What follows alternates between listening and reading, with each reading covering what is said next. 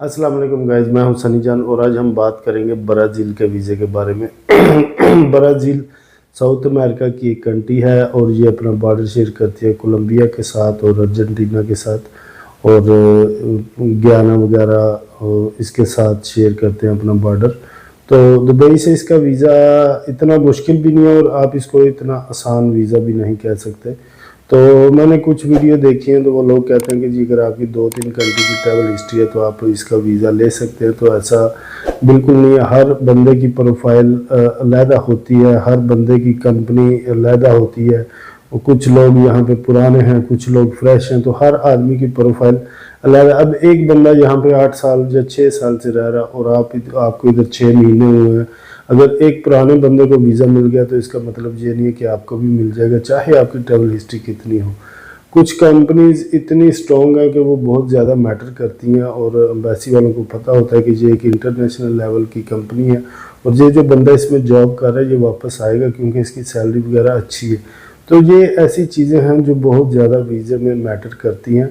तो वो जो लोग वीडियो बनाते हैं उनकी कंपनीज अच्छी हैं, वो कहते हैं जी मुझे मिल गया है और आप भी ये अप्लाई करें आपको भी मिल जाएगा। तो ऐसा बिल्कुल नहीं है।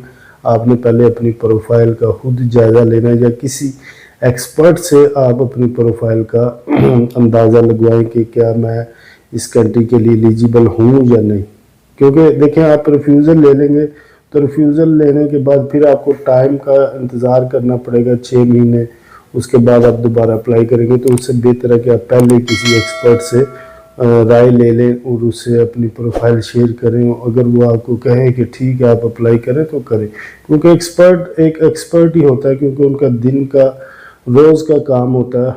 उन्होंने इस तरह की बहुत सी प्रोफाइल देखी होती हैं जिन पर वीज़े आते हैं और जिन पर वीज़े रिफ्यूज़ होते हैं। सबसे पहले अभी इसकी बात करेंगे कि ये वीज़ा अप्लाई कैसे करना है। ये वीज़ा ऑनलाइन अप्लाई होता है, इनका एक पोर्टल है, वहाँ पे आपने जाना है। उस पोर्टल पे जाके आपने अपना अकाउंट क्रिएट करना है, अपने रजिस्टर्ड करना है अकाउंट को। उसके बाद आपने अपना एक जो उनका पोर्टल पे फॉर्म है उसको फिल करना शुरू कर देना। उसमें आपने तमाम डिटेल अपनी देनी है, अपनी पर्सनल डिटेल, उसके बाद जॉब टाइटल जो भी है आपका, तो वो आपने सारा कुछ उसके अंदर फिल करने के बाद अभी नेक्स्ट पेज पे जब आप जाएंगे तो वहाँ पे आपसे पूछता है डॉक्यूमेंट। अच्छा, इसमें जो डॉक्यूमेंट आपने अपलोड करने हैं वो डॉक्यूमेंट में सबसे पहले एनओसी आ जाता है, बैंक स्टेटमेंट आ जाती है, होटल बुकिंग है, ट्रैवल रिजर्वेशन है, इसी तरह वो इनविटेशन भी पूछते हैं और इसी तरह जो आपके पास सपोर्टिंग डॉक्यूमेंट हैं वो आपने देने होते हैं। प्लस एक वाइट पेपर पे साइन करके वो देने होते हैं और जो फीस आपने सबमिट की होती है वो भी आपने प्रूफ देना होता है। ये सारे डॉक्यूमेंट अपलोड करने के बाद वो आपके डॉक्यूमेंट को रिव्यू करते हैं। रिव्यू करने के बाद 1 या 2 दिन में वो आपको ईमेल करते हैं कि हमने आपकी प्रोफाइल या आपकी एप्लीकेशन रिव्यू की है, अभी आप अपॉइंटमेंट उठा सकते हैं। फिर आपने अपॉइंटमेंट उठानी है और अपॉइंटमेंट अभी नॉर्मली जो है ना 1 से 1.5 महीने की आ रही है। ठीक है, 1 से 1.5 महीने के बाद आपने वो तमाम डॉक्यूमेंट लेके तो एम्बेसी में जाना होता है। अब इसका एक मैं आपको चीज़ बता देता हूँ कि इसकी फ़ीस कैसे जमा होगी।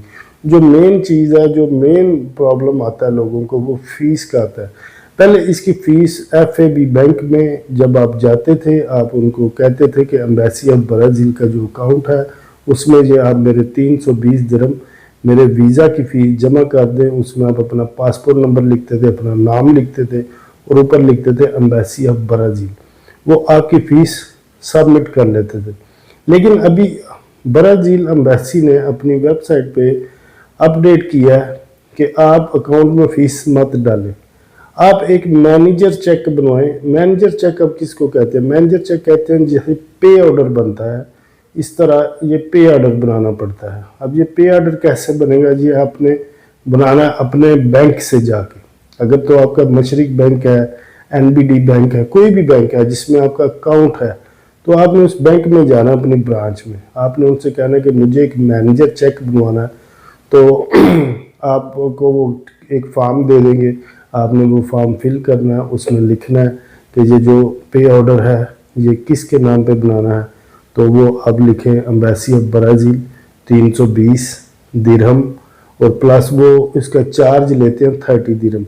कुछ बैंक में ये सर्विस ऑनलाइन भी है, जिस तरह के मशरिक बैंक है।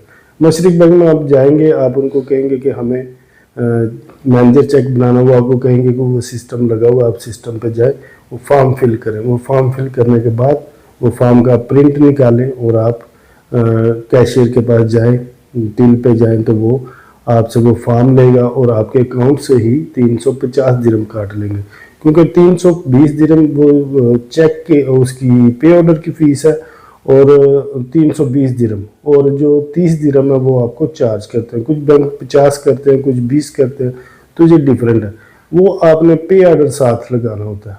अब आपकी अपॉइंटमेंट आ गई, चाहे 1 महीने के बाद है या 1.5 महीने के बाद है। अब आपने करना क्या है, अगर तो आपने प्लान दिया हुआ है तो वो सेम डेट में आ रहा है, तो फिर तो कोई मसला नहीं है। अगर आपका प्लान उस अपॉइंटमेंट के टाइम के अंदर से गुजर चुका है और आपकी अपॉइंटमेंट उस प्लान के बाद आ रही है, तो आपने लाजमी तौर पे अपने प्लान के लिए नई टिकट बुकिंग करनी है, नया होटल बुकिंग करना है, और प्लस जो आपने बैंक स्टेटमेंट है आपकी, वो आपने नई निकलवानी है। क्योंकि जब आपकी अपॉइंटमेंट आती है तो उसमें बाकायदा तौर पे लिखा होता है कि जब आपने अपॉइंटमेंट पे आना है तो आप मस्टली जो है ना अपने डॉक्यूमेंट को अपडेट करके आएँ, जिसमें उन्होंने लिखा हुआ है कि आपकी रिजर्वेशन प्लस आपकी बैंक स्टेटमेंट अपडेट होनी चाहिए।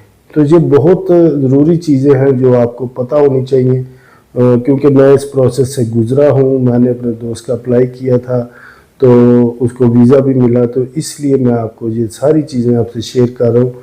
और अगर आप इनविटेशन का बंदोबस्त कर सकते हैं तो वो लगा लें, तो वो सबसे बेहतर है, क्योंकि इनविटेशन से आपके वीज़े के चांसेस बहुत ज़्यादा बढ़ जाते हैं। तो ये वीडियो थी स्पेशली ब्राज़ील के वीज़े के बारे में।